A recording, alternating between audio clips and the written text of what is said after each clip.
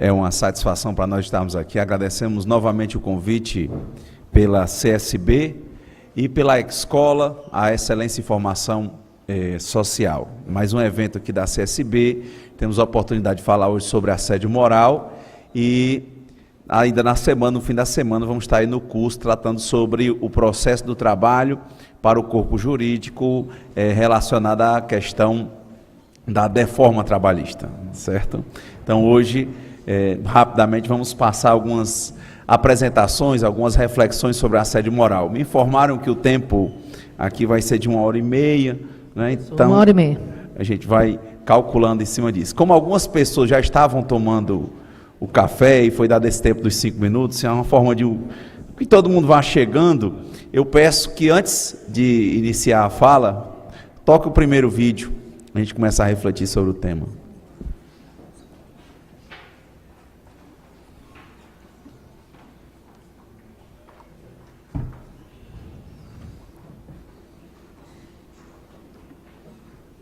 Todo ser humano tem o seu limite, né? E eu passei do meu limite.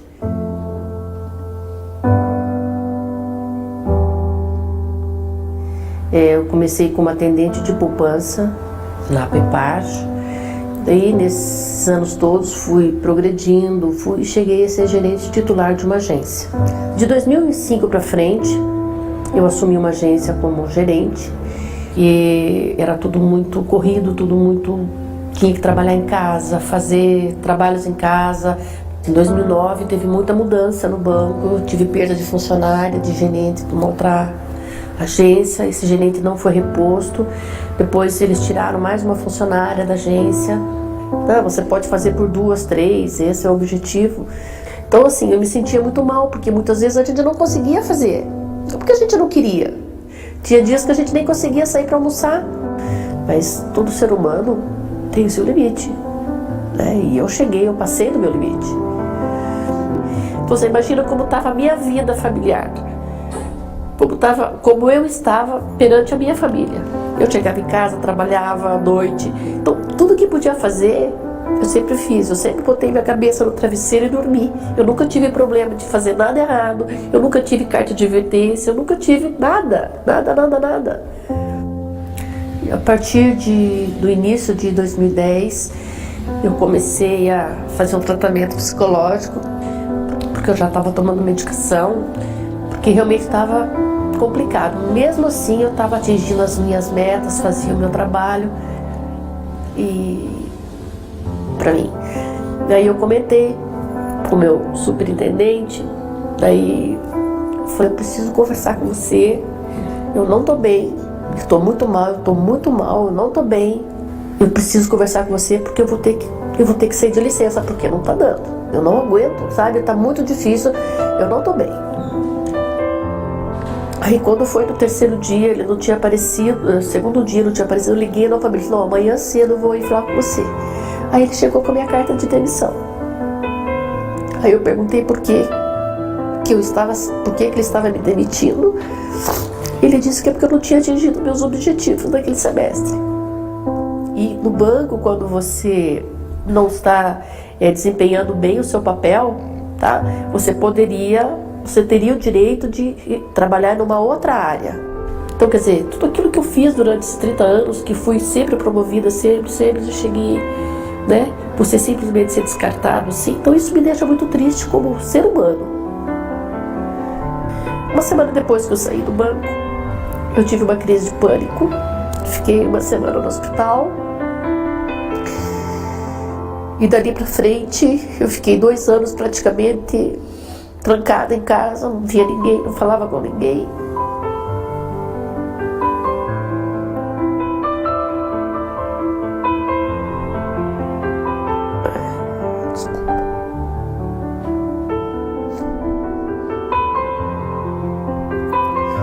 Se não fosse meu marido ou minha filha, eu não sei o que teria acontecido comigo. Aí, 3 anos depois, eu tentei voltar ao mercado. Não tive condições de desempenhar meu papel, porque eu fiquei com uma sequela de memória. faço uma coisa agora, daqui a pouco eu não lembro. Então hoje eu vivo isso aí, com minha aposentadoria, que eu consegui me aposentar pelo INSS, e faço artesanato, que é o que me dá um pouco de paz. Então isso tudo para mim é muito difícil, mas eu tenho que levantar a cabeça em frente. Eu quero viver do lado da minha família, do meu marido, da minha filha, e é o que eu tenho procurado fazer. Porque é a família que na hora que você tem qualquer dificuldade, é teu marido, teu filho, teu pai, tua mãe que está do teu lado. Sabe, a saúde da gente é importante. Se a gente não tem saúde, você não trabalha direito, você não vive direito, né? E você adoece mesmo. Então, não adoeça por causa do teu trabalho. Eu acho que vale a pena você, sabe, ter mais amor na tua vida. Sua vida é mais importante que qualquer outra coisa.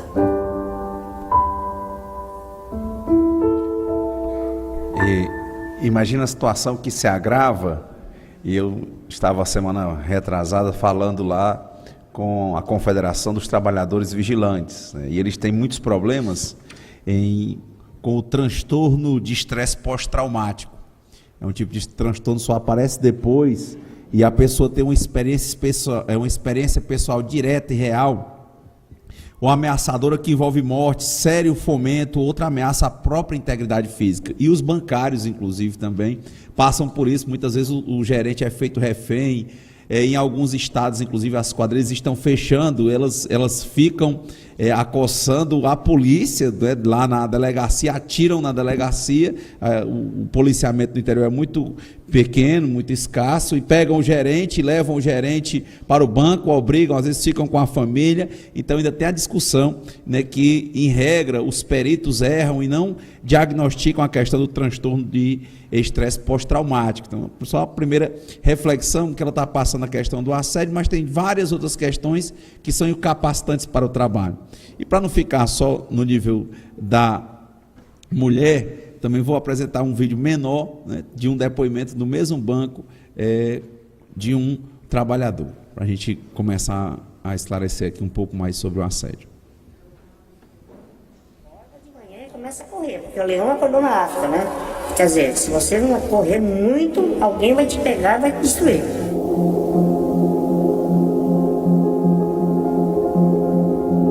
Na época de dissídio coletivo, setembro, outubro, por volta das 10 da noite, era comum o seu chefe ligar e falar para você assim: amanhã o seu ambiente de trabalho, sua agência, departamento vai estar fechado. Então você liga para os seus funcionários agora, para todos estarem lá 8, 6 horas da manhã, para chegar antes do sindicato. Porque a produção continua, a meta continua. Vocês vão ter que fazer de um jeito ou de outro. Nisso, quando você começava a ligar para os seus funcionários, indiretamente você estava assediando, né? Como é que você vai ligar para um funcionário que entra às 10 da manhã no trabalho, para ele chegar às 6 da manhã?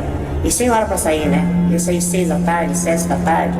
Também, quando você fala no assédio, era comum ele ligar para você. O chefe do seu chefe ligar, cobrando, por mais que você fez todos os itens, ou quase todos os itens, se você tinha feito sem ele cobrar o que você não fez 150, isso é muito fácil de resolver. Nós vamos no mercado e contratamos outra equipe, contratamos outro chefe, vamos transferir para outra agência, fazendo tráfico de drogas. Você é um fantoche. Então era com ameaças, praticamente toda semana. Todos os dias você tinha ameaça. A insegurança que causava isso, né? Tinha um diretor que falava assim, ó: acorda de manhã e começa a correr, porque o leão acordou na África, né? Quer dizer, se você não correr muito, alguém vai te pegar e vai te destruir. Parecia tom de brincadeira, mas não era tom de brincadeira, coisa nenhuma. E não tinha horário para o seu almoço, né? Às vezes você estava no meio do almoço, fazia um almoço de 20 minutos, 30 minutos, no meio do almoço o telefone tocava, aconteceu alguma coisa. Então era assim, um disparate exagerado. Você saía fazer visita, se acontecia alguma coisa com algum cliente dentro da agência, e quando você retornava, iam falar o que você estava fazendo, porque você não estava lá para resolver isso. Então você não tem como estar em dois lugares ao mesmo tempo, visitando um cliente e resolvendo um problema de dentro do seu ambiente de trabalho. Então era desse nível. Comecei a sentir uns 2 anos antes de sair que a minha vida já não era mais a mesma, a alegria não era a mesma. Então a sua alegria de trabalhar, de conviver com as pessoas não era a mesma. Então isso acaba tirando a sua motivação. Você tinha assim um um excesso de suor à noite quando você ia dormir, tinha insônia, isso tudo acabou. Os 90 dias depois que eu ter saído, simplesmente desapareceu, não tomei remédio, nada, e simplesmente desapareceu, todos os sintomas. Se eu estivesse no banco hoje, né, com a experiência que eu tenho e com o que eu vivi pós-banco, a primeira coisa, eu ia buscar um tratamento. Procura um médico, vai se tratar. A sua saúde é muito mais importante do que qualquer outra coisa. Então, meu colega, se você está sendo assediado, denuncie. Chefe tem que tratar os funcionários como gente e não como bicho, não como animais. E outra coisa, o banco passa e a vida continua aqui fora.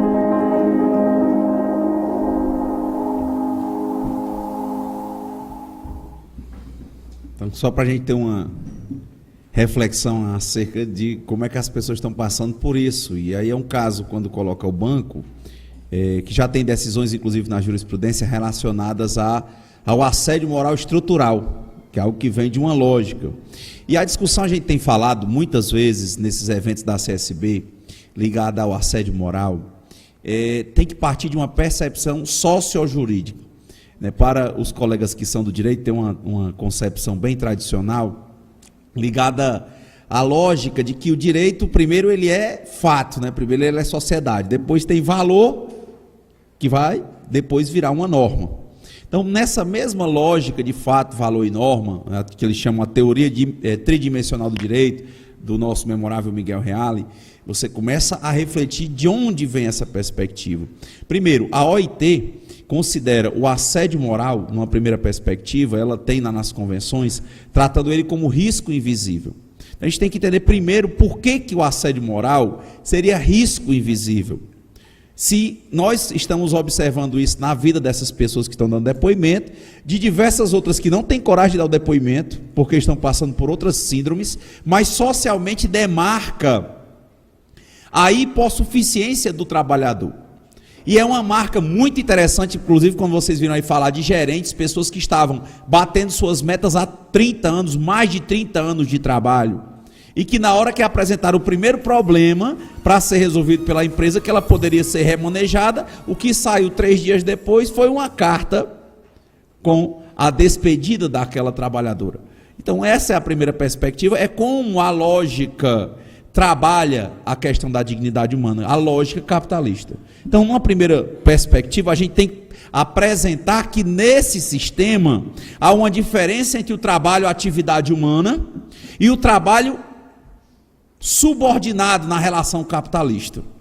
O trabalho subordinado na relação capitalista, em regra, socialmente, ele não dignifica o homem nem a mulher. Ele denigre, ele reduz a condição humana daquela pessoa. E isso se agrava muito mais quando nós passamos ou encontramos situações de assédio moral, sexual, eleitoral e qualquer forma de assédio. Quando nós dizemos que ele denigre o trabalho na relação capitalista, ou seja, o trabalho subordinado, ele não edifica numa primeira perspectiva, é porque de antemão a maior marca do ser humano é a sua individualidade, é o seu pluralismo, é a sua lógica de ter ideias diferentes. E quando você chega numa relação subordinada dentro do capitalismo, dentro da relação de trabalho, você não vai encontrar o ser humano sendo humano. O ser humano apresentando a sua marca espiritual de ideia divergente. Primeiro, para identificar isso é muito fácil. Vocês estão aqui representando diversas categorias, mas vocês provavelmente, e a maioria dos seus representados, se não todos, chegaram à profissão, não a profissão que escolheram, mas a profissão que o mercado apresentou para eles como uma profissão viável, não é isso? O trabalho que vocês exercem e que os seus representados exercem, não é o trabalho que eles escolheram, é onde surgiu uma vaga no mercado, ou não é assim? Quem é de vocês aqui, trabalhadores e trabalhadoras, por exemplo, que escolhe o horário de trabalhar? Alguém?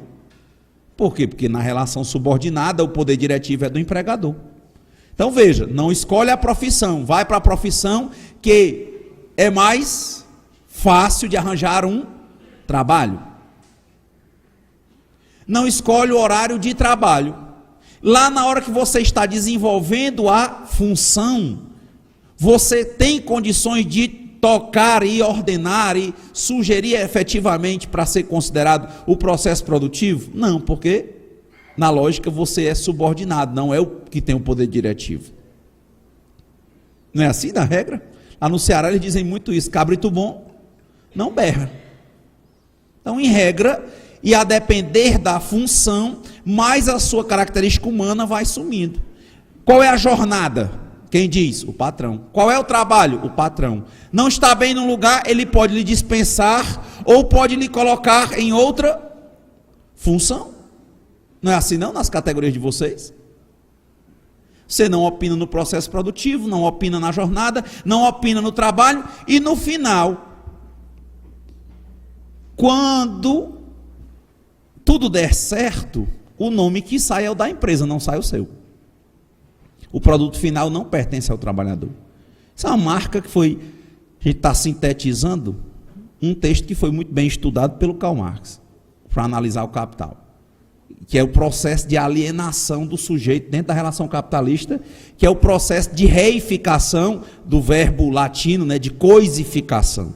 Então você que é um ser humano, que a diferença sua maior, em regra, dos demais animais e seres, é pensar e ter ideias e divergir, você não tem de ideia, você não diverge, você vai para onde tem lugar, e fica lá até quando o sistema lhe receber, e é um sistema que tende a lhe incentivar para continuar trabalhando mais e mais, mas que quanto mais tempo você passa dentro dele, servindo a ele, ele não tem fidelidade a você, ele simplesmente lhe descarta, que aí o exemplo da senhora, 30 anos de trabalho, 30 anos batendo meta, no dia que ela teve algum problema, ela chega e comunica aos seus superiores, e o que chega para ela é uma carta com a despedida. Então, primeira discussão para a gente tratar essa questão. Bom, segunda discussão bem rápida com relação a isso, é que como nesse sistema também ele se estrutura por três pilares básicos. Ele educa as pessoas a entenderem que elas não têm essa individualidade, que o que elas são é o seu trabalho, porque é com o trabalho que elas conseguem dinheiro, e com o dinheiro elas podem consumir. Então, o sistema se estrutura em trabalho, dinheiro e consumo. Aqui a pouco, muitas pessoas vão sair, ninguém vai lembrar que o meu nome é Clóvis Renato, mas vão dizer talvez que o advogado, não é isso, que o professor. Alguns aqui já falam o diretor da CSB.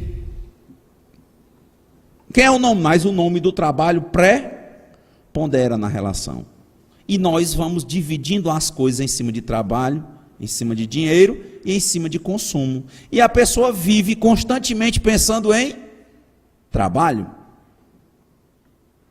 Então, qualquer ameaça ao trabalho é algo muito complicado. Então, a primeira discussão é para você entender que essas pessoas que ficam fragilizadas, porque elas vão vendo esse peso, vão sentindo isso, e a pressão estrutural e às vezes individual aumenta muito para aquelas pessoas, e não raro elas não suportam. Diversos casos de assédio moral estavam sendo invisibilizados. Invisibilizados por quê? Invisibilizados de modo que a OIT chega a chamar isso de risco invisível. Invisibilizados como assim? Porque nós achamos que isso é normal. Achamos que a pessoa sim tem que trabalhar de forma subordinada, que na relação de trabalho é normal se desumanizar. É tão verdadeiro isso, são as contradições do ser humano, que todo mundo em regra foi educado para trabalhar, tem muita vontade de arrumar um emprego, quando fica desempregado fica muito triste, mas quando arranja um emprego, um dia triste é a segunda-feira. E um dia alegre, a sexta-feira. Já estamos vendo aí como o Plauto, ridendo castigados mores. Quando rimos, castigamos os costumes. A gente começa a ver o público participar e sorrir de uma coisa comum, é por quê? Porque nós participamos disso. Temos vontade de estar trabalhando, e ao mesmo tempo, quando estamos trabalhando, Gostamos da sexta ou do sábado, não é isso? Após o meio-dia, e não gostamos da segunda. Vixe, é segunda-feira. É uma marca de padrão. Então, quer dizer, eis as contradições. Por que que nós ficamos tão chateados assim? Por que que nos angustiamos tanto? Nos angustiamos porque, na verdade, lá dentro, em regra, nas relações de trabalho, nós não temos condições de exercer o nosso lado humano. Isso já é o padrão da relação, ela já é desgastante, a pessoa já fica numa posição de fragilidade, e você imagina em quantos graus a temperatura aumenta quando há assédio moral ou assédio sexual. É importante que a gente faça essa reflexão, porque se nós, que estamos aqui na liderança dos trabalhadores e trabalhadoras, não tivermos essa percepção, nós vamos comungar com o que está sendo dito na reforma trabalhista. Por exemplo, que uma pessoa, um trabalhador, uma trabalhadora que ganha 11 mil reais e um pouquinho, ele fica em pé de igualdade com o patrão. Fica, gente? Fica?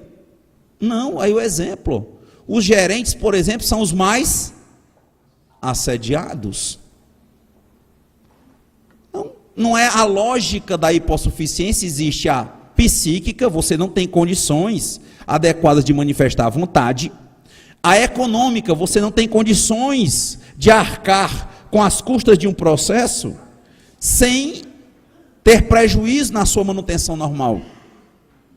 E a hipossuficiência social, que é essa manejada no direito do trabalho, em que o trabalhador é o subordinado e o patrão é o que tem o poder diretivo. O trabalhador só tem a sua força de trabalho para vender. O trabalhador passa pela mais-valia. E o patrão trabalha em cima dessa lógica. E mesmo assim o trabalhador ainda participa da disputa do patrão na concorrência. Porque o patrão tenta cortar custos, o trabalhador pode ser o melhor possível, mas qual é o patrão, por exemplo, que hoje, podendo substituir o trabalhador humano por uma máquina, fica com o trabalhador humano? Vocês conhecem algum? Nenhum. Por quê? Porque o custo faz com que se suma à condição humana. Se a gente não tiver esse tipo de percepção, nós não vamos conseguir entender o que é hipossuficiência. Vamos confundir a hipossuficiência social com a hipossuficiência econômica. E não tem lógica isso, né? Quantas pessoas, por exemplo, vão poder contratar jogadores como os mais conhecidos aí que estão jogando aí pelo mundo? Se eles fizerem qualquer coisa, não arranjam mais nenhum contrato. Vocês viram que um grande produtor, que também tem que vender os seus serviços, essa questão da imagem, agora estava praticando assédios sexuais com diversas atrizes internacionais conhecidas, uma das mais conhecidas como a Angelina Jolie. Primeira coisa, na hora que saiu essa marca, ele já perdeu diversos contratos, e ele sendo o trabalhador. Por que que a Angelina Jolie só foi falar agora? Porque ela sabia que se ela fosse contra uma das maiores produtoras, quiçá a maior produtora de filmes internacionais, ela não seria a Angelina Jolie. E ela ganhava só 10, 11 mil reais, gente? É lógico que não, mas ainda assim, ela está em uma posição de hipossuficiência. Então, a primeira discussão que a gente tem que levantar é essa. Partindo daí, a gente vem para essa primeira perspectiva, ele humilha, ele adoece, quer dizer, já há na relação entre trabalhadores e empregadores uma tensão. Por quê? Porque ele substitui com muita facilidade o homem pela máquina, e vai sempre tentar cortar custos em cima do mais frágil. Então, na lógica do assédio moral, a temperatura aumenta em pessoas que já estão se sentindo não pessoas na relação de trabalho.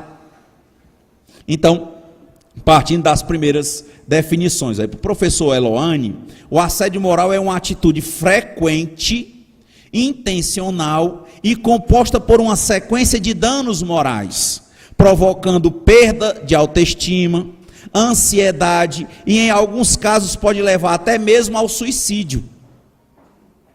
Vamos começar a trabalhar esses dados em cima dessas questões. Por quê? Quando você vê, olha, toda conduta abusiva, manifestada por comportamentos, palavras, atos, gestos, escritos que possam causar dano à personalidade, à dignidade, ou a integridade física ou psíquica de uma pessoa, pôr em perigo seu emprego, ou degradar o ambiente de trabalho, isso tudo é assédio moral. Veja que o professor Elone chegou a dizer, isso pode gerar até suicídio. Vamos trazer alguns dados dessa relação. Então, no assédio moral, basicamente, fenômenos implícitos. Tem o abuso de poder e tem a manipulação perversa. A ação de atingir e prejudicar o empregado, e tem a reiteração, a repetição. Você viu que o trabalhador, por exemplo, do banco, ele dizia que era todo dia, olha, o leão está aí. Olha que você pode perder o seu emprego. Hoje você está trabalhando, mais tarde você pode estar desempregado. E veja o trabalhador que se dedica mais e mais, se fideliza mais e mais à lógica do trabalho, dinheiro e consumo. Porque ele pensa que sem o trabalho ele é quem? Se ele foi educado para ser visto como um sucesso ou um fracasso a partir do seu trabalho. E quanto mais tempo ele está no mercado de trabalho, ele vai ficando jovem há mais tempo, ou seja, vai ficando velho.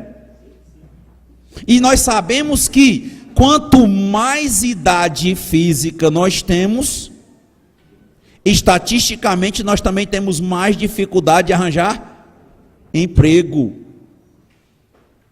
Isso é antigo. Eu lembro que nos anos 80 a Folha de São Paulo fez uma propaganda com os grandes nomes da história, mostrando que todos eles só ficaram grandes e conhecidos após os 40 anos, porque nas propostas de emprego dos classificados do Brasil inteiro, tinha dizendo assim, precisa, você dizia, só menos de 40 anos. Vocês devem ter acompanhado isso. A Folha de São Paulo fez uma campanha belíssima, ganhou inclusive vários prêmios internacionais, e hoje a gente não vê direto assim, descaradamente, mas a gente sabe que existe, continua a dificuldade.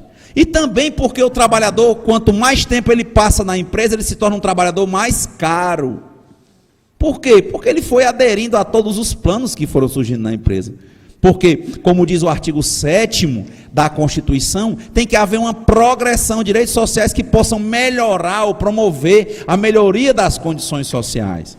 E é isso que vai acontecendo com o trabalhador. Então, na lógica do assédio moral, se você primeiro entender qual é o contexto do trabalhador no sistema capitalista, a diferença entre a atividade humana e o trabalho subordinado, se você entender que o ser humano no trabalho do capitalismo subordinado, ele já está ali em um processo de alienação, ou seja, de alheiamento, ele fica alheio a ele, porque ali ele não tem a força de mandar, de opinar abertamente e de que as suas opiniões, suas considerações sejam levadas a sério. Por quê? Porque ele não é o detentor do capital, ele não é o diretor, ele não é quem manda. Você viu que no caso do gerente, o chefe do chefe dele ligava diretamente para ele. Você imagina a pressão. Se o chefe tem medo do seu superior hierárquico imediato, imagina o que está 2 níveis abaixo. Ele dizia, quando chegava a época da meta, o chefe do meu chefe me ligava, me mandava e-mails pela madrugada, eu tinha que cumprir metas, e as metas não têm limite. Veja, você chega, aí começa o nível prata, não é isso? Bronze, prata, ouro. Só que é assim, que alegria, vendeu hoje o nível X, passou 3 meses vendendo esse nível, agora virou de bronze, passou para prata. Já era difícil, só que eles dobraram a sua meta. Aí você passa 3 meses no prata, atingindo a meta, olha, tem que passar, porque aqui tem que crescer. Aí vai virar ouro. Na virada para o ouro, dobra ou triplica a da prata. Aí vai para o diamante e depois vai para quê?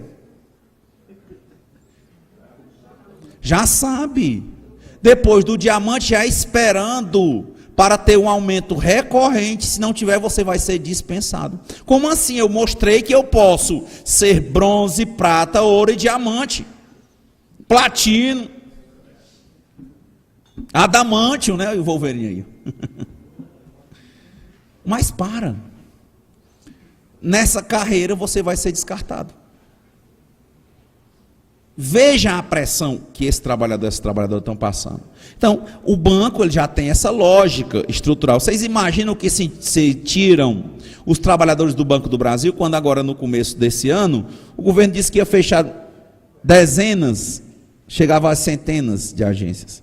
E iria dispensar milhares de empregados bancários. Aí você imagina, já tem a cobrança por meta, ele sabendo que o banco vai fechar a agência, abre um PDV. Imagina como é que está a cabeça, na lógica de trabalho, dinheiro e consumo, numa questão estrutural do servidor e da servidora pública aqui, agora. Quem é servidor público? Ou quem representa servidores? Com PDV vindo do governo federal, com a votação no Congresso de avaliação de metas. Veja que se você passou a vida sendo educado para ser comportado na escola, olha como é, um fala, os outros sentados obedecem, uma jornada de um expediente ou 2, 4 a 8 horas, repetiria isso você um dia, quando estivesse trabalhando. E você ia conseguir o êxito quando conseguisse um bom emprego, e o melhor emprego é o emprego que menos te descarta. E qual seria o melhor emprego? O que tem estabilidade. E agora, quando você chega lá, tem estabilidade. Todos os entes federativos sinalizam agora com uma proposta seríssima de dizer para vocês goodbye. Independente da idade. E começando pelos mais antigos. Imagina como é que está a mente do servidor e da servidora. Imagina esse servidor e essa servidora que já acompanhou, por exemplo, os processos de privatização dos bancos estatais. Lembram disso? Como é que ficaram os colegas dos bancos? Muitos passaram até 5 anos trabalhando nos bancos que compraram, depois foram dispensados. Naquela época que pessoas pegavam o dinheiro e colocavam na poupança, lembram disso? Porque o rendimento era bom. Pegaram o PDV. Aí na hora que pegaram o PDV, saíram, o governo fez o plano Collor 1 e Collor 2. O que fez? Tomou o dinheiro da poupança. A história ensina. Veja que o momento deixa com que essas pessoas que foram educadas a vida toda para trabalharem, fiquem num pé e no outro constantemente angustiadas com a relação de não estabilidade do seu trabalho, e até mesmo agora com os servidores públicos. Então, quando isso fica focalizado na lógica do assédio, você vai encontrar alguém exatamente sempre lhe perseguindo, sempre lhe exortando no sentido de ameaçar uma das coisas que você tem como mais sagradas, o seu trabalho. Então, nessa lógica do emprego, do trabalho, os tipos de assédio. Você tem um assédio moral descendente e o assédio moral ascendente. Descendente é o mais comum, né, nas suas formas verticais. É que o chefe assedia os seus subordinados. Nós vimos 2 casos aí de assédio moral descendente. Mas muitas vezes, e tem crescido isso também, porque as pessoas não estão pensando no lado humano, mas numa perspectiva de disputa, nós deveríamos sempre discutir, mas nunca disputar. Mas a gente está com a lógica capitalista tão internalizada na mente da gente, que a gente só disputa e pouco discute, pouco debate. Eu lembrei, inclusive, quando Desmond Tutu, ele ganha o prêmio Nobel, e uma das coisas que ele falava na obra dele, lá na questão da pacificação do pessoal do apartheid entre brancos e negros na África do Sul, ele conta a história de que um americano, nessa lógica bem capitalista, chegou numa tribo indígena nativa, né, na África, e ele diz que vai ver as crianças brincando e vai dar um prêmio a quem chegasse primeiro a uma árvore que tinha lá. As crianças pegam nas mãos umas das outras e vão juntas e todas tocam na árvore ao mesmo tempo. O americano fica chocado e diz: mas eu só tenho um brinquedo. Aí elas olham para ele e dizem assim: mas que graça tem brincar sozinho? Então, para a gente é Ubuntu, é todo mundo junto. É nessa perspectiva, para a gente é junto, a gente não precisa disputar. Então, quem disputa, e eu tenho visto inclusive Lá no Ceará, por exemplo, o Sindicato dos Comerciantes tinha feito uma campanha muito forte, aquela questão do funcionário do mês. Mandaram tirar em grande parte dos estabelecimentos, porque diziam, olha pessoal, a disputa, a concorrência é entre as empresas. Não é para ser a concorrência entre os trabalhadores. Nós não estamos no nível da concorrência. Nós precisamos trabalhar para viver e sermos não melhores do que os outros. Nós temos que tentar ser melhores do que nós mesmos a cada momento, não melhor do que o outro. E aí nós vamos desenvolver melhor nossas funções. Não é a disputa não é a nossa lógica. Então esse primeiro discurso ele tem que vir e estar internalizado nos nossos discursos, para que nós possamos de alguma forma reverter a lógica do assédio, sabermos escutar, filtrar, tornar visível o que a nossa mente e a mídia tem feito invisível.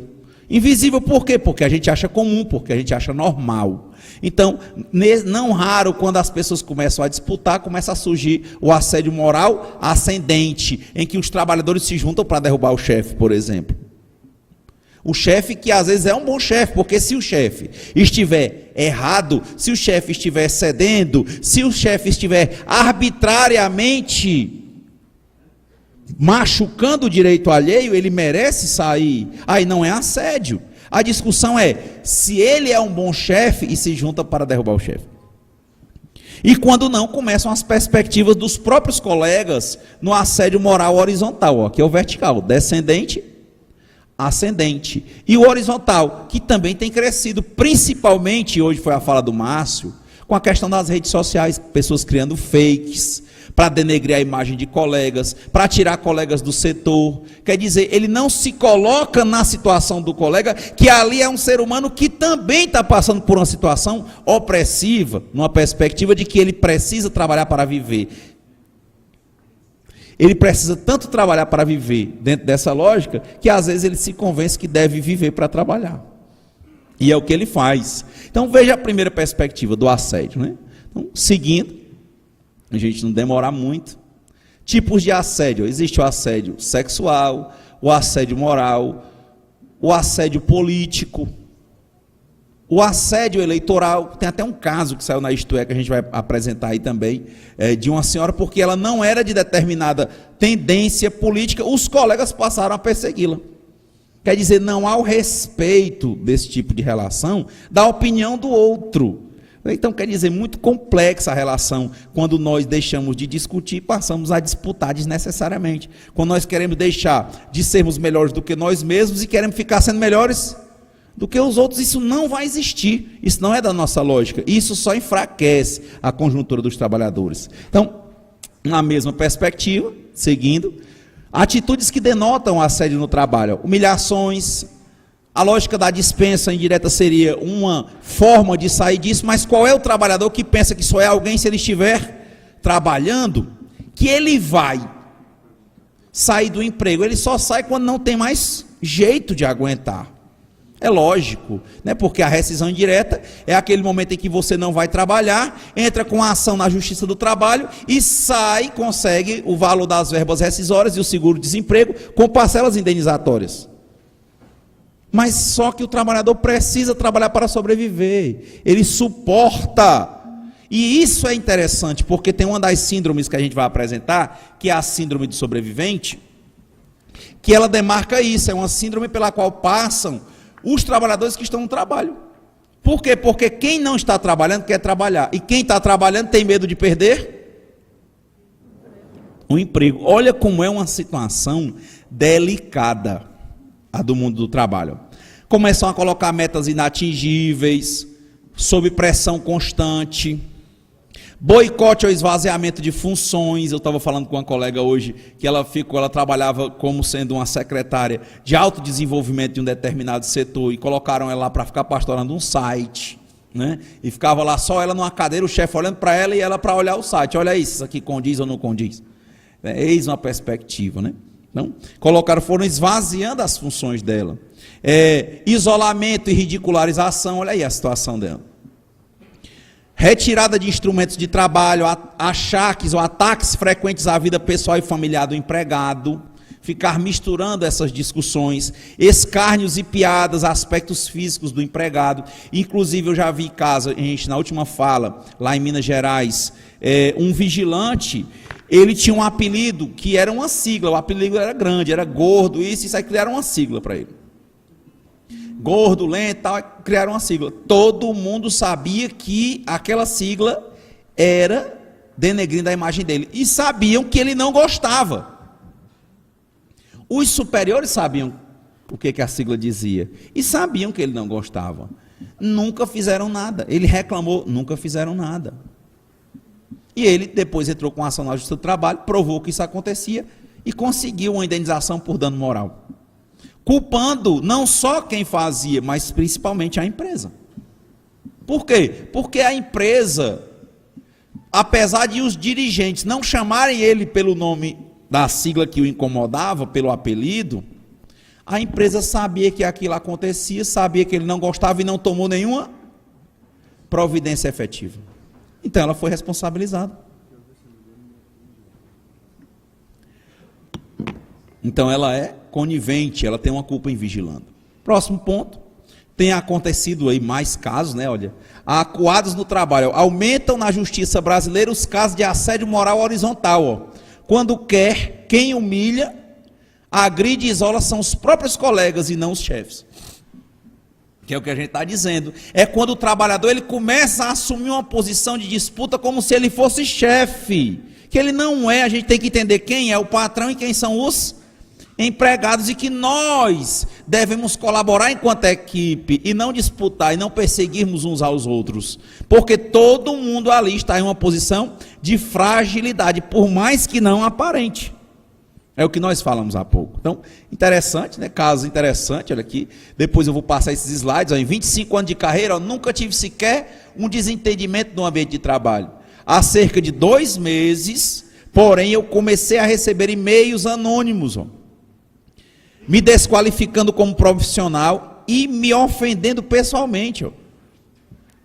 O meu agressor me chamava de pseudo-profissional, me pergunta quando vou deixar de enrolar e começar a trabalhar, e usa palavras de baixo calão. Já pensou isso aí chegando num fake da internet, num e-mail? Você já está no trabalho, tem medo de perder o seu trabalho e fica chegando e-mail para você questionando a sua posição no trabalho. Você pensa logo que ali é o último momento. Quando alguém te chama para qualquer coisa, você já fica logo em pânico.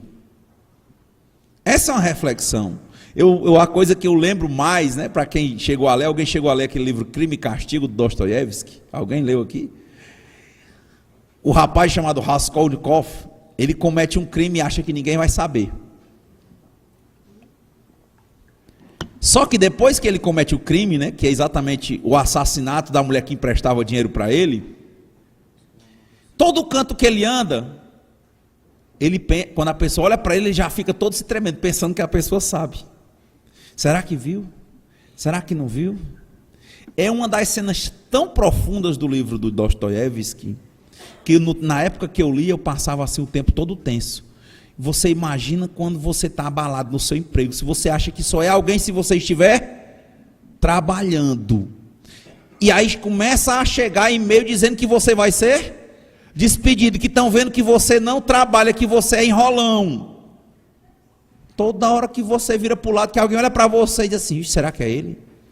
E será que isso aí não é meu chefe? Será que ele não vai mesmo me botar para fora? E já vou ter que reter as contas. E aí começa todo um nível de questões que a pessoa não dorme. Logicamente não dorme. E não tem condições de procurar outro emprego, fica no impasse, trava. A pessoa trava. Né? Quer dizer, como é que nós trabalhadores, por falta dessa percepção de observar no outro a condição de fragilidade, a gente começa a tomar esse tipo de atitude. Né? Então, outro caso, olha, a funcionária pública, ela ousou discordar da chapa sindical do seu departamento. Ó. E o que começou com brincadeira de mau gosto, terminou com um pedido de transferência. Porque eles não aceitavam. Quer dizer, a gente tem que aceitar a liberdade do outro. E aí ficou uma situação praticamente insustentável para colega aí. Assédio moral de forma horizontal. E, de novo, eu posso penalizar a empresa por isso, eu posso penalizar o meu gestor por isso? Pode. Por quê? Porque ele tem uma culpa em vigilando. E a culpa, a gente pensa muito, né, no direito, né? Negligência, imprudência ou imperícia. Ele está sendo negligente, no mínimo. Como assim? Ele sabe o que está acontecendo e ele não faz nada. Não é que ele fez, mas ele sabe o que está acontecendo e não toma as devidas providências. Então você pode responsabilizá-lo. E a minha colega hoje estava perguntando, né, que eu tive a oportunidade de almoçar com as colegas aqui do Rio Grande, bem feliz, né? Só lembrando aqui do Tempo e o Vento do Érico Veríssimo, né? Dos Terra Cambará, né? Então eu pensando na força dessas mulheres, né? E eu pensando na perspectiva, ela dizendo situações que tinham passado e perguntou na mesa se a gente poderia responsabilizar a empresa e a pessoa. Eu disse, pode. Mas o pessoal começa primeiro responsabilizando a empresa. Por quê?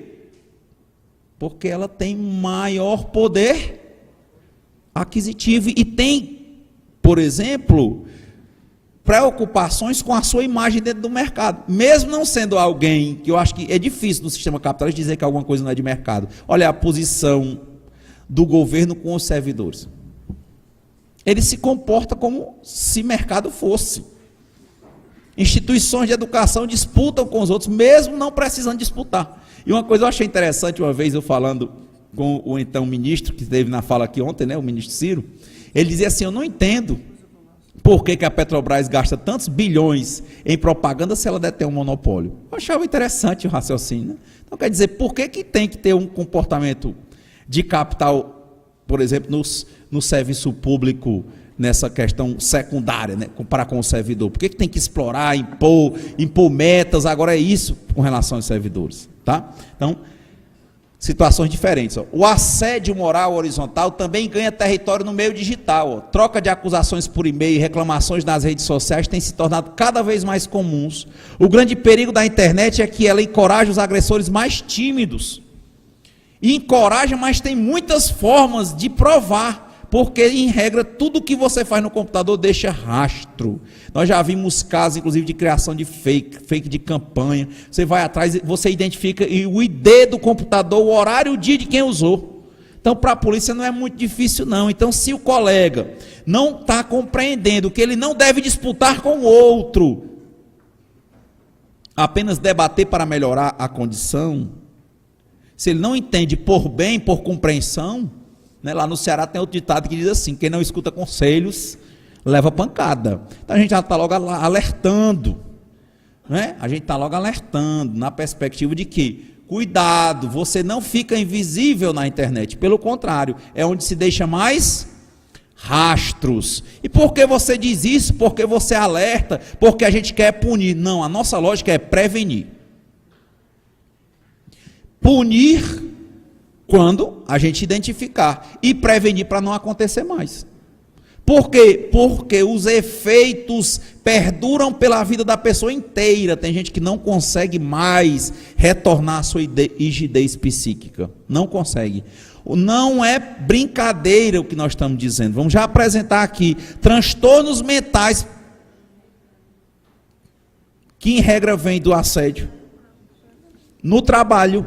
São a terceira causa de afastamento da Previdência, por invalidez permanente. Quer dizer, como chamar ainda isso de risco invisível? Olha aí, ó. Transtornos mentais são a terceira maior causa de afastamento do trabalho. Nos últimos 4 anos, transtornos mentais e comportamentais, como altos níveis de estresse, foram a terceira maior causa de afastamento dos trabalhadores brasileiros.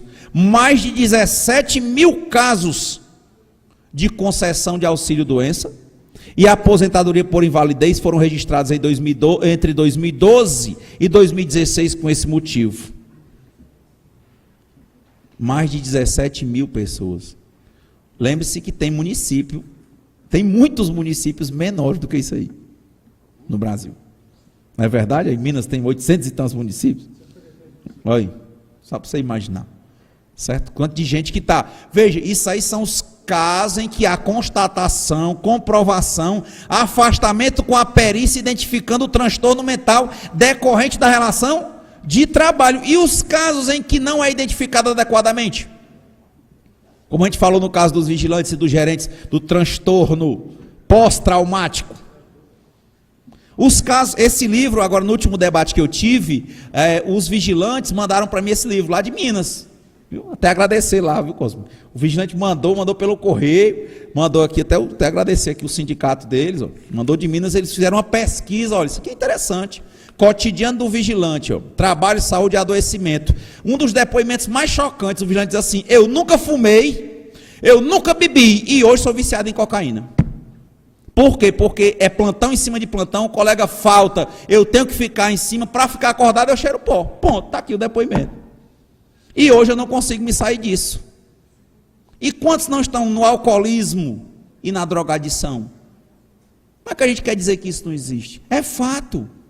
Ele está lá acordado, já pensou passar o dia inteiro, 12 por 36, que agora pode ser feita por acordo individual. Ó. Dia todinho. Mão na arma, mão nas costas e em pé. Um vigilante. Quer ir ao banheiro, tem que chamar o chefe do setor. Mas é uma coisa urgente. Se sair, vai ser dispensado. Não pode abandonar o posto. Passa por uma situação dessa, em que ele é o primeiro humilhado, porque, por exemplo, quando tem um assalto, uma coisa chega primeiro nele, né? A empresa, no outro dia, bota ele para trabalhar. Às vezes no mesmo canto. Geralmente. Então, eles vão percebendo, né? Quer dizer, mas por que as pessoas desempenham essas funções? Porque no sistema não tem outro jeito. Então, olha aí, transtornos mentais. Quantos não estão passando por isso? Aí, primeiro é a lesão por esforço repetitivo, segundo, lesões traumáticas, e o terceiro, transtornos mentais. Estou falando na relação de trabalho. Mais de 17 mil casos dos identificados. Dos em que a pessoa, por exemplo, quantos que estão hoje no alcoolismo e na drogadição, e eles vão primeiro, por que ele vai primeiro para a droga? Porque o alcoolismo deixa muitas marcas. A primeira marca é o cheiro. Não é não? Rapaz, o negócio está sério aí, né? Não, passei só um álcool para fazer uma sepsia aqui no meu rosto, não foi nada. Né? E ele cheira, não tem cheiro, ele fica só acordado. Com muito tempo, para quem entende é que vai ver algumas marcas físicas, mas ele fica acordado, é impressionante. Os caminhoneiros, foi falado aqui. E por que eles fazem isso? Porque eles precisam, está virando jornada. É uma questão, por exemplo, que a gente luta no movimento sindical para não ter horas extraordinárias, não é isso? Mas os trabalhadores brigam conosco, porque o primeiro pilar do capitalismo é o trabalho, o segundo é o quê? É o dinheiro. E o terceiro é o consumo. Então, como é que você chega para o trabalhador, por exemplo, o vigilante, e ele também quer trabalhar, porque ele quer receber as horas extraordinárias. Olha as contradições em que a condição humana fica, como é frágil a nossa posição. Sabe que vai fazer mal, sabe que vai adoecer, sabe que vai gerar problema, vai ter hipertensão, gastrite, problemas de postura, ergonômicos, mas você não consegue parar. E está aí a hipossuficiência, está aí a fragilidade. Está clara até aqui a reflexão? Estão percebendo o assédio? Então vamos nós. Hoje, síndrome dos sobreviventes, quadro social, político e econômico crítico, gera uma angústia e medo, sentimentos que acompanham os não demitidos. Quem está trabalhando hoje, seja na iniciativa privada, seja no serviço público, tem medo de perder o seu trabalho. Quando passou a vida inteira sendo educado para dizer que ele só é alguém se ele estiver trabalhando. Então isso é muito forte. Gera nas pessoas a síndrome de sobrevivente, que vai fazer com que elas escondam esses sintomas. E como a gente estava dizendo, esse que está cheirando para ficar acordado, ele está tentando se manter, fazer o possível, como tem gente que diz que vai beber para esquecer, para no outro dia aguentar e trabalhar. Então, eis uma lógica, né? Síndrome de sobreviventes.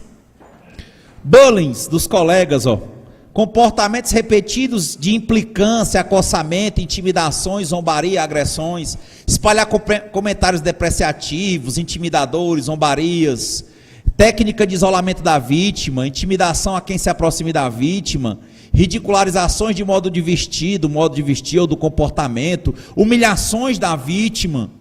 E eu já vi pessoas preocupadas, principalmente no Ceará, porque lá nós gostamos muito de brincar, né?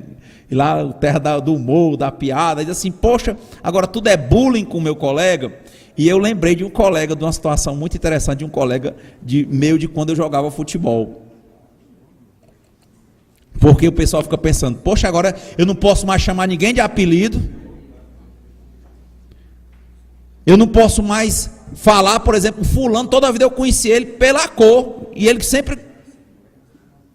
O que é que eu faço para identificar se há ou não há assédio, em que eu configuro como bullying, que geralmente acontece de forma horizontal? Eu tenho que perceber se aquilo que está sendo feito tem o objetivo de denegrir a imagem do outro, e se realmente vai acabar afetando o seu trabalho, se eu estou falando de relação de trabalho.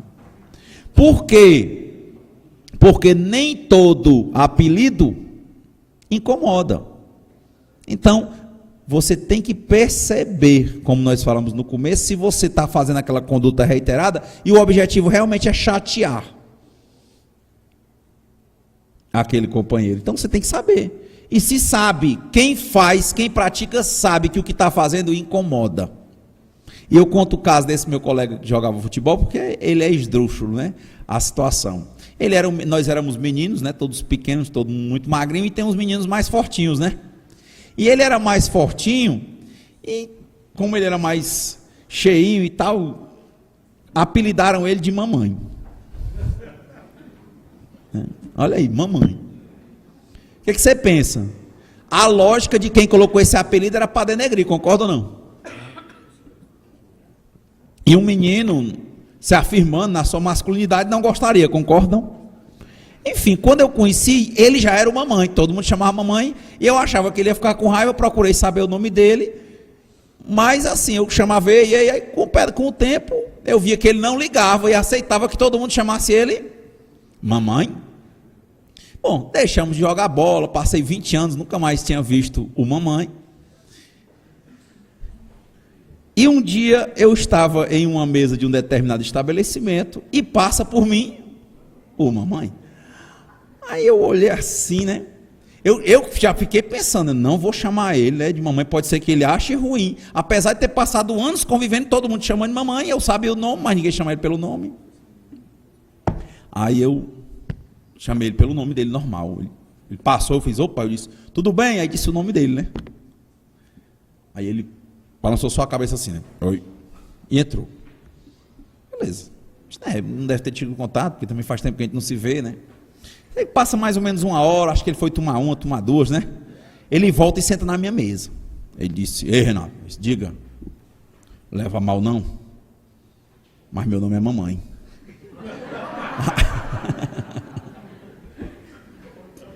Aí eu, verdade, ele se apropriou do nome mamãe, ele já tinha um comércio, e no comércio lá que ele vendia livros e tal, todo mundo chamava ele de mamãe, então virou uma marca, ele já era pai e tudo, mas o nome dele é mamãe. Deve ser um conflito por filho, né? Papai e mamãe, né? É meio erótico, né? Parece a posição do professor Carlos Conze, mas eu estava olhando, poxa, é o mamãe. Veja, se eu chamasse ele pelo nome dele normal, ele gostava? O que é que estava agredindo ele? O nome dele. E era um nome bonito, mas ele quer que seja chamado de outro modo. Então, por que eu vou ficar incomodando? É diferente de você ter nomes difíceis, não vou ver, mas dado o tempo aqui, mas vocês podem depois pesquisar nomes que justificam a alteração pelo Código Civil. É cada nome que você não acredita como é que a mãe bota o nome do filho daquela maneira. E aí justificaria ele querer trocar um nome. Mas veja, o bullying essa conduta de você ficar brincando é você saber que aquilo incomoda e você ainda continuar fazendo. É o que eu disse lá no Ceará: rapaz, vocês gostam de brincar? Vamos brincar. Mas se a pessoa leva a sério, se ela se incomoda, não faça. Se você fizer, configura uma prática assediante chamada bullying, e tanto você pode ser punido quanto a empresa pode ser punida na relação de trabalho. Então acho que para entender o que é o bullying é importante. Ah, mas é tão bom frescar com a cara dos outros, né? Pois é. Nessa relação humana não. Em especial na relação de trabalho, porque tem uma questão chamada profissionalismo. E mesmo fora, cuidado, porque tem muitos crimes aí que acontecem porque a pessoa não gosta da reiteração. E andar brincando. Eu vi um caso, né, porque lá no Ceará tem essas coisas chamadas povo de cornos. Enfim, tudo às vezes, né, acontece uma traição, não acontece, eles chamam de palavrões, criam, né, apelidos específicos. Mas tem gente que não se incomoda. Tem um caso, por isso que eu digo, a questão do bullying. Que a gente senta na calçada, tem um colega que ele já passou por 3 traições, 3 esposas, 3 traições, tem uma sina, né? E eu acho tão interessante que toda vez que ele toma da primeira para a segunda cerveja, ele diz assim, não, ele começa a falar, ele diz, não, fulano aí também levou, aqui é o clube, lá inclusive tem a associação dos cornos do estado do Ceará, pode olhar na internet, é verdade. Ele se incomoda, gente? Não. É impressionante, ele não se incomoda. Ele diz assim, não, era meu amigo. Você acredita que o ex da minha ex-esposa morreu? Eu fiquei tão triste, eu fazia tanto negócio com ele, tudo. Mas a maioria não gosta. Então, a percepção é identificar se você incomoda ou não, e não fazer isso de forma reiterada. Olha, mas se um dia eu peguei e disse uma brincadeira que a pessoa não gostou... Veja, para configurar o assédio, tem que haver uma prática reiterada. Então, a primeira lógica, fez uma vez, a pessoa não gostou, pare. Se você continuar, já pode configurar assédio. Até mesmo porque você já está informado de que incomoda. E por que você está fazendo? A primeira perspectiva, tá? Seguindo, né, depreciação do trabalho, ritmo alucinante, a questão do estrutural. Síndrome de Burnout. Essa aqui, aquelas senhoras, os 2 depoimentos iniciais, eles marcam isso. Fatores pessoais e ambientais, condições e meio ambiente de trabalho, competitividade e metas. Como é que a pessoa fica? Desesperado. Como esse caso que eu falei para vocês do Raskolnikov. É toda hora com medo de perder o emprego, é toda hora pensando que vai ser despedido, que vai ser realocado, e que depois não vai conseguir outro emprego. E a pessoa fica estressada, afeta os parentes, afeta o próprio trabalho. Às vezes ele estava até bem no trabalho, mas o medo que ele tem de perder o emprego faz com que ele entre em uma tensão constante. Ele se treme inteiro quando ele chega no local, ele range os dentes, ele transpira muito, ele não está conseguindo dormir, ele tem uma perda de produtividade total, e às vezes essa própria síndrome vai levá-lo a esse problema. O que acontece com essa síndrome? É porque a pessoa não percebe, de novo, acha que é normal e que ela que está errada, não vai para um médico, um psicólogo, ou alguém que tenha uma formação ligada à saúde do trabalhador, e a pessoa vai para um médico que não tem uma percepção, não vai fazer uma análise configurando, perguntando como é que está você no seu trabalho. Então ele vai dar um diagnóstico que não tem nada a ver com o seu trabalho. Como ele vai dar um diagnóstico que não tem nada a ver com o seu trabalho, nem vai entrar nessa perspectiva, nem vai te dar um tratamento adequado. Porque um dos tratamentos é esse. Às vezes é o próprio ambiente de trabalho que gera aquilo. Eu tive um caso, tenho um caso, uma ação judicial de uma servidora concursada no Hospital Federal, uma instituição federal de ensino, que ela estava em estágio probatório e começou a passar por assédio moral. O pessoal da saúde geralmente tem 2 cargos, no mínimo, né? Que aí ele pega 2 cargos, depois pega um emprego, alguma coisa por fora, enfim. Mas 2 cargos no acúmulo. E ela tinha lá que quando ela chegava em determinado local, ela chegava em determinado setor que ela trabalhava, ela já tinha feito denúncias à ouvidoria, não deu em nada, a universidade arquivava. E aí, chegou um momento que ela foi para o médico, era um psiquiatra com formação em saúde do trabalhador, e ele percebeu que ela tinha todos esses problemas e passou o remédio tarja preta para ela, exatamente por causa dessa situação. Quando ela não aguentou, um dia ele deu uma licença para ela. Ele deu uma licença de 15 dias para ela, daquele lugar. Mas era interessante, o receituário dele, ele dizia claramente que ela estava de licença daquele ambiente, porque aquele ambiente era agressivo a ela, e naquele ambiente ela estava apresentando determinados sintomas que só a medicação não estava resolvendo. Ele dava 15 dias. O que ela fez? Ela não foi trabalhar lá e foi trabalhar no outro. Olha como essa menina, será que ela não era perseguida? É uma pergunta. Foram identificar que ela estava trabalhando no hospital municipal, abriram uma sindicância interna e disseram que ela estava mentindo. Aí, como é que ela não pode trabalhar? É inabilitada para o trabalho. Então, os senhores leram o laudo? O laudo diz, ela está de licença deste local. Dizia o nome do local. Ela não está afastada do trabalho no outro. Lá ela convive bem. Aqui é que ela tem essas crises decorrentes dessa síndrome. Enfim, né? Já se sabia, ela estava sendo tão assediada que ela não seria aprovada para ficar no cargo, e não foi. Entramos com a ação.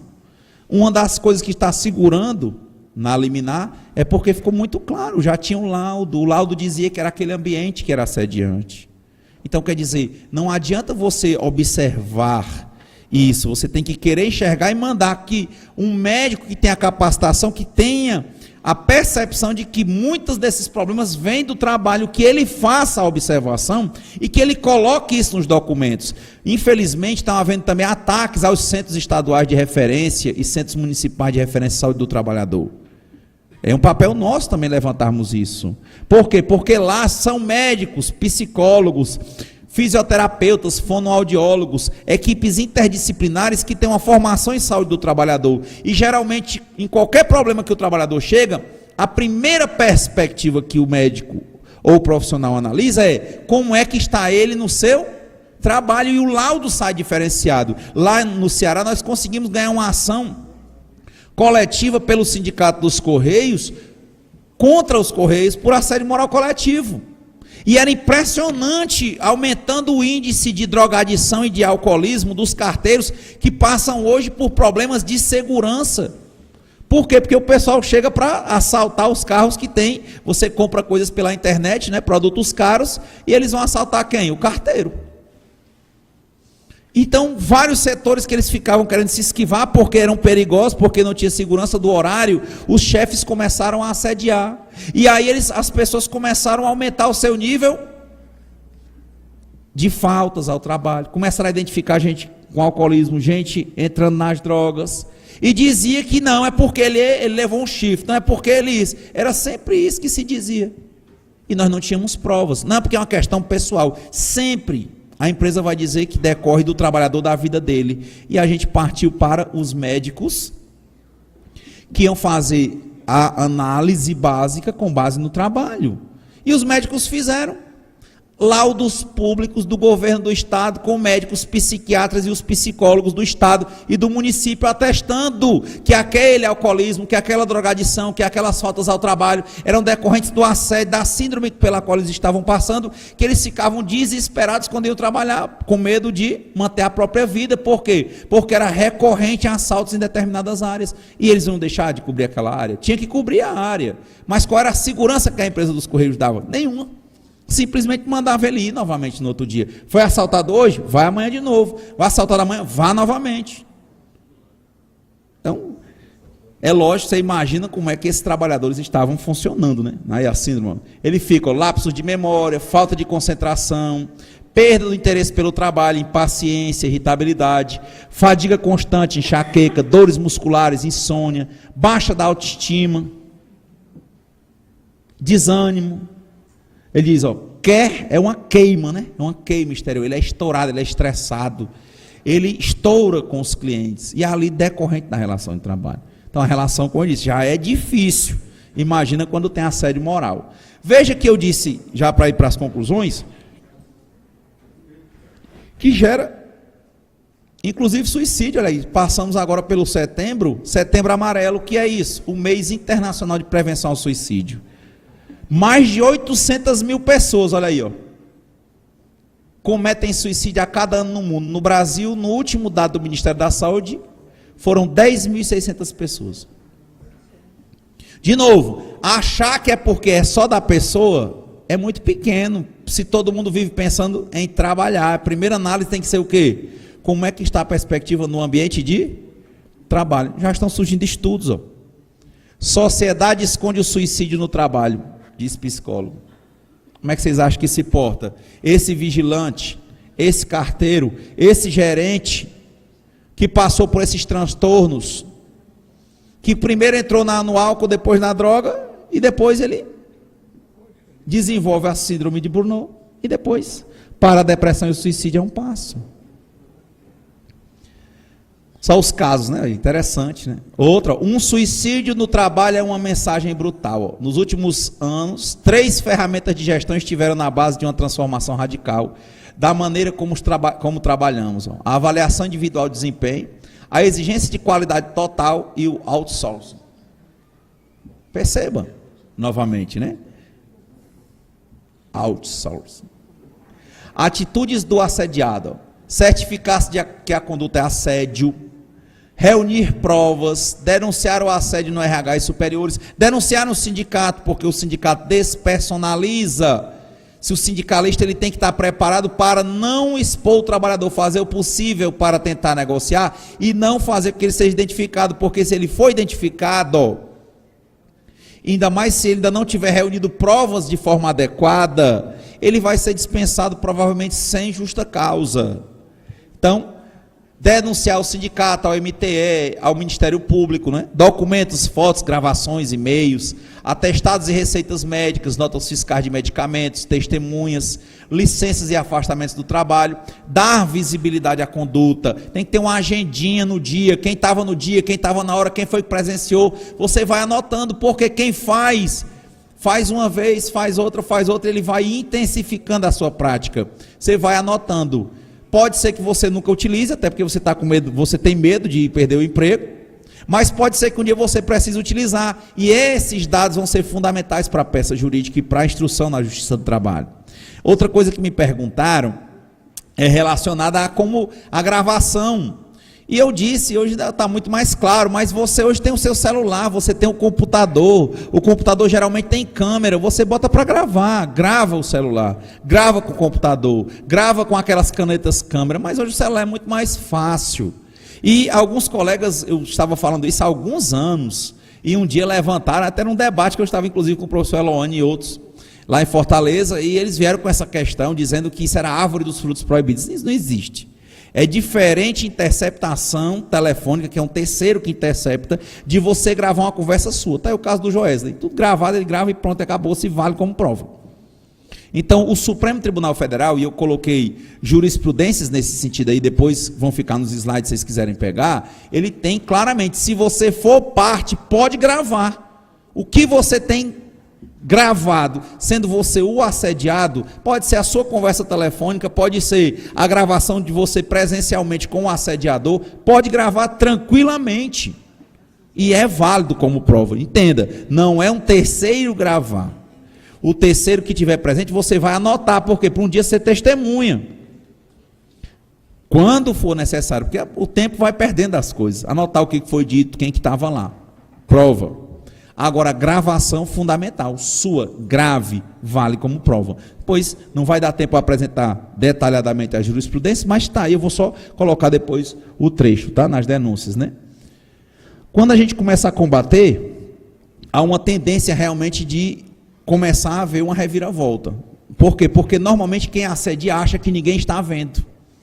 Então, quando há um enfrentamento, uma campanha, mas que não pode parar só em cartilha, mas é importante ter a cartilha, ter ali o encarte, às vezes um adesivo, uma coisa, dizendo que está havendo uma campanha contra, porque o assediador passa a virar esse Raskolnikov, ele passa a ficar com medo. Diz assim, vixe, será que o pessoal já está sabendo? Ele fica com medo, ele começa a restringir os seus atos. Tá? Bom, prova está aí, ó, só o caso do Supremo, um recurso aqui, ó. Prova criminal, conversa telefônica, gravação clandestina feita por um dos interlocutores sem conhecimento do outro. A pessoa diz assim, eu tenho que dizer que vou gravar, se você disser que vai gravar, ele não vai fazer. É simplesmente gravar. É simplesmente gravar. Certo? Então, não tem problema. Não. Juntada de transcrição em inquérito policial, o interlocutor requerente era investigado ou tido por suspeito. Admissibilidade. Não estou falando de interceptação, que é um terceiro. Eu estou falando de você passar por isso e gravar. Tá? Bom, a gente seguindo, consequências jurídicas, né? Da dispensa direta do assediado, tem indenizações trabalhistas, tem punição do assediante, tem denúncias, reparação de dano material, reparação por dano moral, né? Então, para o servidor público, não tem a lei dizendo que assédio moral é crime, tem a lei penal dizendo que assédio sexual é crime. Mas no assédio moral, o STJ, o Superior Tribunal de Justiça, já tem decisões firmando que se o servidor público cometer assédio moral, ele passa a ser enquadrado como improbidade administrativa. Certo? Também coloquei jurisprudência nesse sentido, né? Então, a gente ia ir caminhando aqui para o tempo, né? Cessação da proibição, né? União desses trabalhadores, papel das instituições, né? Aí conforme, se você é empregado seletista, é Justiça do Trabalho e Ministério Público do Trabalho, e Ministério do Trabalho. Se você é servidor público estadual, é Ministério Público Estadual, Defensoria Pública Estadual, Justiça Comum Estadual, porque não tem Justiça Municipal. Isso vale para município e Estado. E se você é servidor público federal, é Ministério Público Federal, Justiça Federal. E se for o caso, Defensoria Pública, não é isso? DPU, da União. Justiças aqui respectivas, né? Seguindo, né? Cada um ações judiciais, ó, já explicamos essa parte, vamos deixar só nos slides, ó, cada um pode entrar com ações, ó, MPT, MPF, MPE, né? Prefeituras municipais e governo de estado, Justiça Estadual, Ministério Público Estadual. Servidor Público Federal, Ministério Público Federal, Justiça Federal. Empregado seletista, Ministério Público do Trabalho, Justiça do Trabalho. Então, você vai vendo as ações respectivas. Importante o papel do sindicato como mediador disso. Medidas repressivas, você tem trabalhistas, administrativas, penais e outras. Você tem ações, reparação de danos, punição do gestor, processo administrativo, porque a penalização penal não exclui a civil, que não exclui a administrativa. Então, se você tiver um servidor público que pratica, por exemplo, um assédio moral, ele pode ser responsabilizado e ter uma tipificação encontrada hoje na jurisprudência por improbidade, pode ter um processo penal, um processo administrativo e um processo de reparação civil.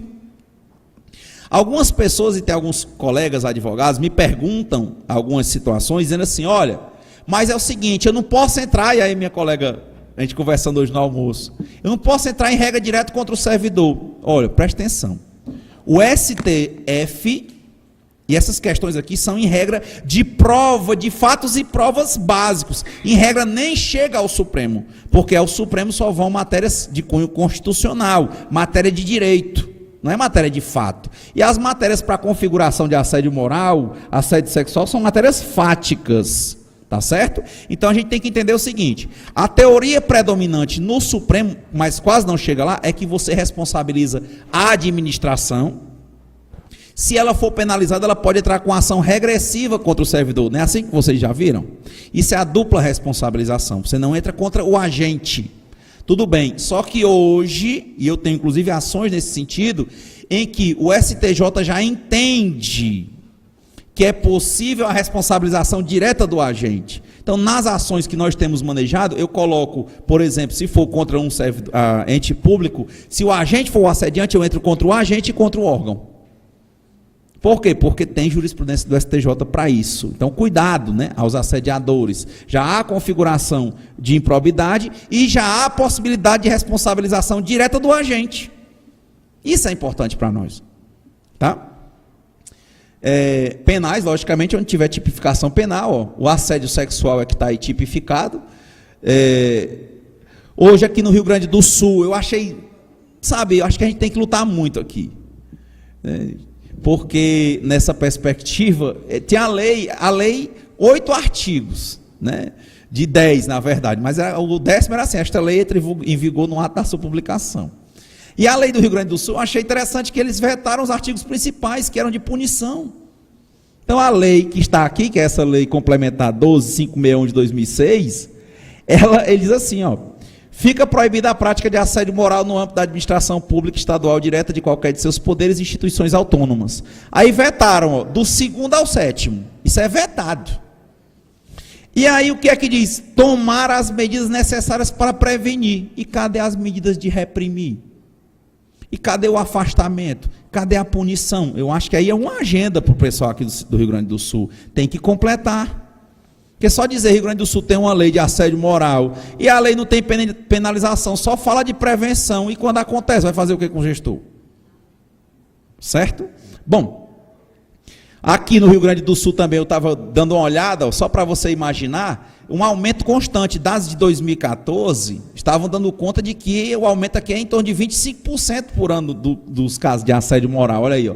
46 ações em curso da Justiça Federal, 53 termos de ajustamento de conduta. O MPT recebeu 390 denúncias sobre o assédio moral no trabalho, e sempre aumentando, né, em torno de 25%. Isso eu estou falando do Rio Grande do Sul, né? Então, estou só indo aqui no tema, a gente começou em 15, né, acaba em 45, está acabando. Está claro até aqui? Então, a gente vê que não é tão invisível assim, principalmente nesse estado. Jurisprudência, não vou ler a jurisprudência, só mostrar, ó.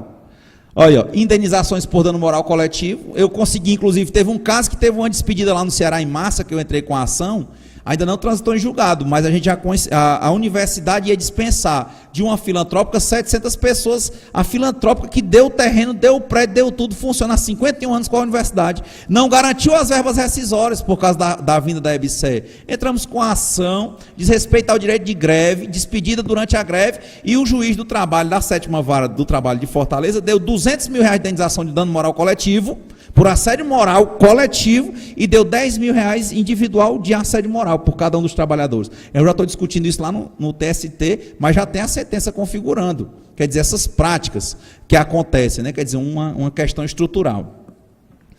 Tem que ter um caráter pedagógico, né? Quando a gente for discutir isso na aula ou na fala do curso que vai ter sobre o processo do trabalho, vocês vão ver o que a gente entende sobre esses limites da lei da deforma relacionados ao teto da indenização, tá? Umas coisas boas e umas coisas que a gente pode melhorar, tá? No caso da improbidade, ó, decisão do STJ de 2013, ó, reconhece o assédio moral como ato de improbidade administrativa. No caso foi demonstrado que o prefeito de uma cidade gaúcha, e é daqui, olha, perseguiu uma servidora que denunciou o problema com dívida do município ao Ministério Público do Rio Grande do Sul. Segundo o processo, o prefeito teria colocado a servidora de castigo em uma sala de reuniões por 4 dias. Teria ainda ameaçado colocá-la em disponibilidade, além de ter concedido férias forçadas de 30 dias. Interessante, né? A gente tem tentado, em cada estado, trazer a perspectiva do estado, né? Então, mais essa situação. Então, está aí mais ações, né, outras que eu vou deixar para vocês. Vamos ver se a gente encerra de alguma forma. E no mais, muito obrigado.